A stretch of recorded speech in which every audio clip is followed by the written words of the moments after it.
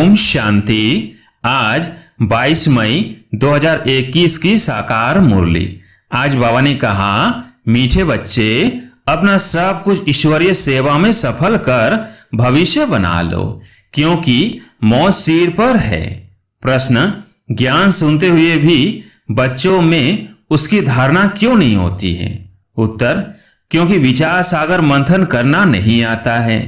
बुद्धि योग देह और देह के संबंधों में लटका हुआ है। पहले जब बुद्धि से मोह निकले तब कुछ धारणा भी हो। मोह ऐसी चीज है जो एकदम बंदर बना देता है। इसलिए बाप बच्चों को पहला पहला वायदा याद दिलाते हैं, देह सहित देह के सब संबंधों को भूलो और मुझे याद करो। गीत है भोलेनाथ से निराला। ओम शांति।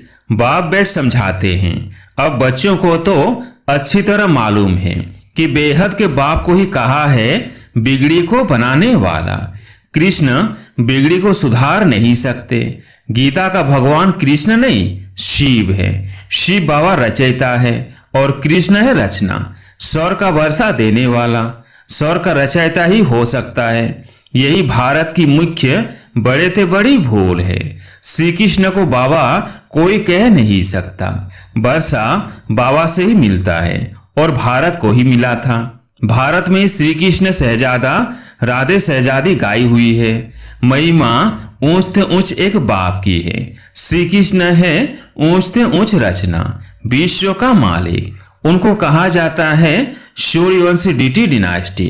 गीता आदि सनातन देवी देवता धर्म का शास्त्र है। सतयुग में तो किसको ज्ञान सुनाया नहीं है, संगम पर ही बाप ने सुनाया है।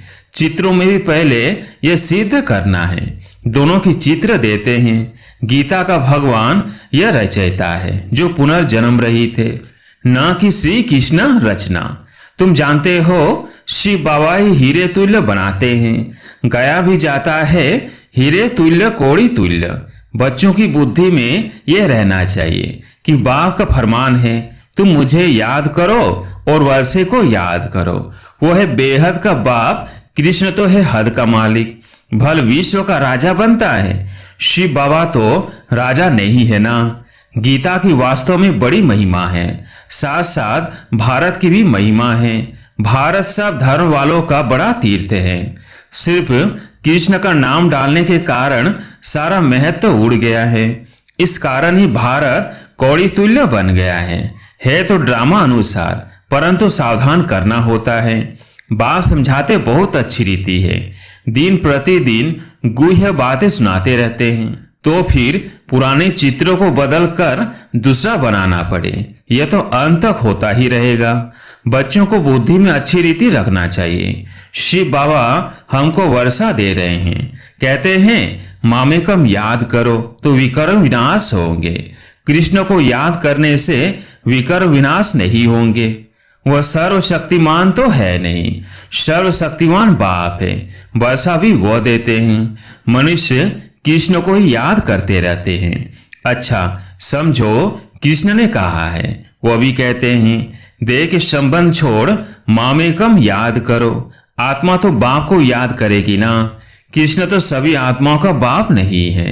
ये सब विचार सागर मंथन कर बुद्धि में धारण करना चाहिए। कोई कोई मोह में फंसने के कारण फिर धारणा नहीं कर सकते हैं। तुम गाते आए हो और संग तोड़ आप संग जोड़ेंगे। मेरा तो एक दूसरा ना कोई। परंतु मोह फिर ऐसी चीज है जो एकदम बंदर बना देते हैं। बंदर में मोह और लोभ बहुत होता है। सावकार लोगों को भी समझाया जाता है कि अभी मौत सामने खड़ा है, ये सब ईश्वरीय सेवा में लगाओ, भविष्य बना लो। परंतु बंदर मुआफिक लटक पड़ते हैं, छोड़ते नहीं हैं। बाप कहते हैं जो भी देह सहित देह के संबंध है उनसे बुद्धि योग हटाओ, बाप की सीमत पर चलो। तुम कहते हो यह धन बाल बच्चे आदि सब ईश्वर ने दिया है, अब वो खुद आए हैं। कहते हैं तुम्हारा यह धन दौलत आदि सब खत्म हो जाना है, किनकी दबी रही धूल में अर्थक्वेक आदि होगी, यह सब खलास हो जाएगा। एरोप्लेन गिरते हैं, वह आग आदि लगती है तो पहले पहले अंदर चोर घुसते हैं। जब तक पुलिस आए तो बाप समझाते हैं, बच्चे देहधारियों से मोह निकालना चाहिए, मोजिद बनना है।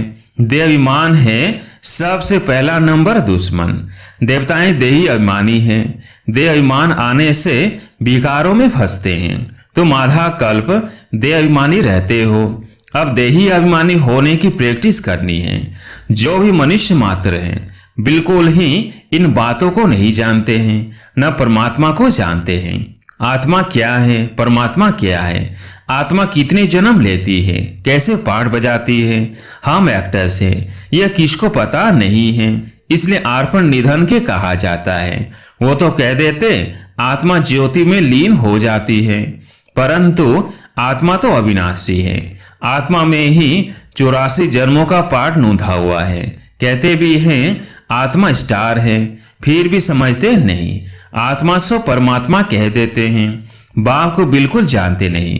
आत्मा के लिए भी कहते हैं भ्रिकुटी के बीच में सितारा चमकता है। परमात्मा के लिए तो कुछ बताते नहीं हैं। उनको परमात्मा कहा जाता है। वो भी परम धाम में रहते हैं, वो भी बिंदी है, सिर्फ पुनर्जन्म रहित है। आत्माएं पुनर्जन्म में आती है। परमात्मा के लिए कहा जाता है ज्ञान का सागर, आनंद का सागर, पवित्रता का सागर है। देवताओं को यह वर्षा किसने दिया? बाप ने। सर्वगुण संपन्न, 16 कला संपूर्ण। इन देवताओं जैसा अभी कोई है नहीं। उनको यह वर्षा कैसे मिला, यह कोई को पता नहीं। बाप ही आकर समझाते हैं। उनको ये ज्ञान का सागर कहा जाता है। इस समय आकर ज्ञान देते हैं, फिर प्राय लोप हो जाता है, फिर होती है भक्ति। उनको ज्ञान नहीं कहा जा सकता। ज्ञान से तो सदगति होती है। जब दुर्गति हो तब सर्व का सदगति दाता ज्ञान का सागर आए। बाप ही आकर ज्ञान स्नान कराते हैं। वो तो पानी का स्नान है, उससे सदगति हो नहीं सकती। यह थोड़ी बातें भी धारण करनी चाहिए। मुख्य जो अच्छे अच्छे चित्र हैं वो बड़े होने चाहिए, जो कोई अच्छी रीति समझ जाए। अक्षर बड़े अच्छे हो। चित्र बनाने वालों को यह बुद्धि में रखना चाहिए। किसी को भी बुलाना है, निमंत्रण देकर कि आकर परमपिता परमात्मा का परिचय लो और भविष्य 21 जन्म के लिए बाप से बरसा लो। भाइयों बहनों, पारलौकिक बाप से बेहद सुख का स्वराज्य कैसे मिलता है सो आकर समझो। बेहद के बाप से बरसा पाना सीखो। इसमें डरने की तो बात ही नहीं। बुलाते रहते हैं, हे पतित पावन आओ। बाप भी कहते हैं काम महाशत्रु है। पावन दुनिया में जाना है तो पवित्र जरूर बनना है। पतित उनको कहा जाता है जो विकार से जन्म लेते हैं। सतयुग त्रेता में विष होता नहीं। उनको कहा ही जाता है संपूर्ण निर्विकारी दुनिया, विकार है ही नहीं। फिर यह तुम क्यों पूछते हो बच्चे कैसे पैदा होते हैं? तुम निर्विकारी तो बनो। बच्चा जैसे होना होगा वैसे होगा। तुम यह पूछते ही क्यों हो? तुम बाप को याद करो तो जन्म जन्मांतर के विकर विनाश हो जाए। यह है ही पाप आत्माओं की दुनिया, वह है पुण्य आत्माओं की दुनिया। यह अच्छी रीति बुद्धि में बिठाना है। भक्ति का फल भगवान आकर देते हैं। बाप ही सर्व की सदगति कर स्वर्ग का मालिक बनाते हैं। बाप कहते हैं अब पवित्र बनो, मामेकम याद करो। यह है महामंत्र। बाप से वर्षा जरूर मिलेगा। बाप कहते हैं तुम मुझे याद करो तो तुम सतो प्रधान बन जाएंगे। सीढ़ी पर समझाना है। दिन प्रतिदिन हर चीज सुधरती जाती है। इनमें क्लियर कर लिखना है। ब्रह्मा द्वारा आदि सनातन देवी देवता धर्म की स्थापना। जब आदि सनातन देवी देवता धर्म था तो कोई धर्म नहीं था। जो पवित्र बनते हैं वही पवित्र दुनिया में आएंगे। जितनी ताकत तुम्हारे में भरती जाएगी उतना पहले आएंगे। सब इकट्ठे तो नहीं आएंगे। यह भी जानते हो सतयुग त्रेता में देवी देवता में बहुत थोड़े होते हैं। पीछे वृद्धि को पाते हैं। प्रजा में तो ढेर होंगे। समझाने वाले भी बड़े अच्छे चाहिए। बोलो बेहद के बाप से आकर के बरसा लो। जिसको पुकारते हो हे बाबा, उनका वास्तव में नाम ही शिव है। ईश्वर व प्रभु भगवान कहने से यह नहीं समझते कि वह बाप है, उनसे वर्षा मिलना है। शिव बाबा कहने से वर्षा याद आता है। उनको कहते हैं शिव परमात्माए नमः। परमात्मा का नाम तो बताओ। नाम रूप से न्यारा कोई नहीं है, उनका तो शिव नाम है। सिर्फ शिवाय नमः भी नहीं कहना है, शिव परमात्माए नमः। हर एक अक्षर को बहुत अच्छी रीति क्लियर कर समझाना होता है। शिवाय नमः कहने से भी बाप का मजा नहीं आता। मनुष्यों ने तो सब नाम अपने ऊपर रख दिए हैं। तुम जानते हो मनुष्य को कभी भगवान नहीं कहा जाता है। ब्रह्मा विष्णु शंकर को भी देवता कहा जाता है। बाप रचयिता तो एक ही निराकार है। जैसे लौकिक बाप बच्चों को रचते हैं ना, वर्षा देते हैं, वैसे बेहद का बाप भी वर्षा देते हैं। भारत को विश्व का मालिक बनाते हैं। सारी दुनिया का पतित पावन एक ही बाप है। ये थोड़ी कोई जानते हैं। हमारे धर्म स्थापक भी इस समय पतित है, कब्र दाखिल है। अब इस सब की क्यामत का समय है। बाप ही आकर सबको उठाएंगे। क्यामत के समय ही खुदा भगवान आते हैं। वही ज्ञान का सागर है। लिखा हुआ है सागर के बच्चे भस्मीभूत हो गए थे, अर्थात काम चिता पर बैठ काले आयरन एजेड बन गए थे। फिर सुंदर कैसे बनेंगे? बाप कहते हैं याद की यात्रा से। योग अक्षर कहने से मनुष्य मूंझ जाते हैं।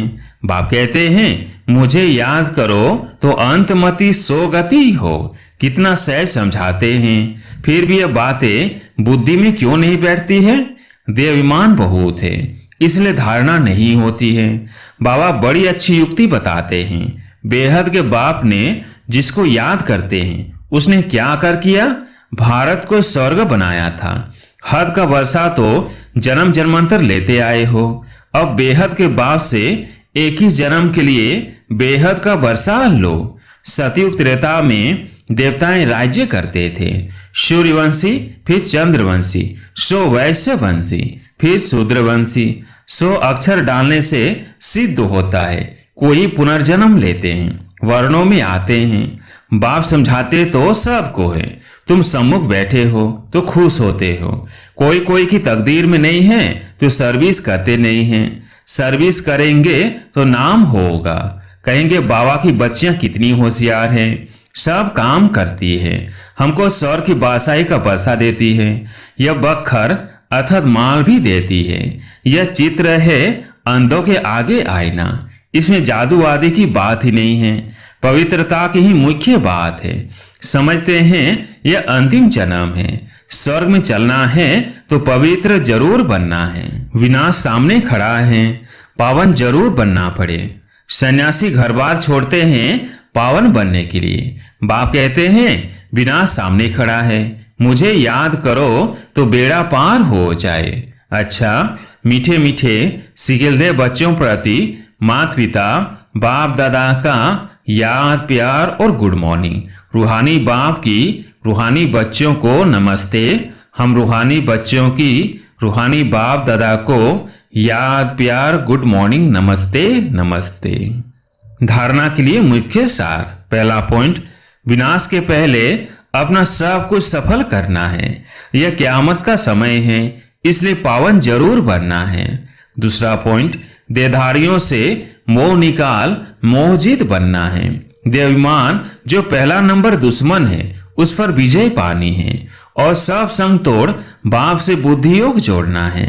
आज प्यारे मीठे बाबा का वरदान, मनन शक्ति द्वारा शक्तिशाली बन विघ्नों के फोर्स को समाप्त करने वाले सर्व आकर्षण मुक्त भव।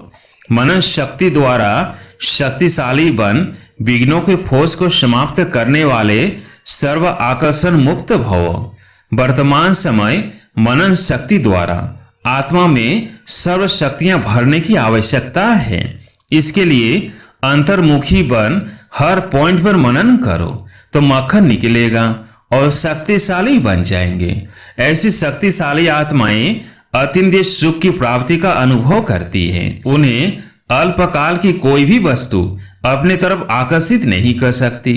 उनकी मगन अवस्था द्वारा जो रूहानियत की शक्तिशाली स्थिति बनती है उससे विघ्नों का फोर्स समाप्त हो जाता है। स्लोगन, ब्राह्मण संसार में सर्व का सम्मान प्राप्त करने वाले ही तख्त नशीन बनते हैं। ब्राह्मण संसार में सर्व का सम्मान प्राप्त करने वाले ही तख्त नशीन बनते हैं। अच्छा, ओम शांति।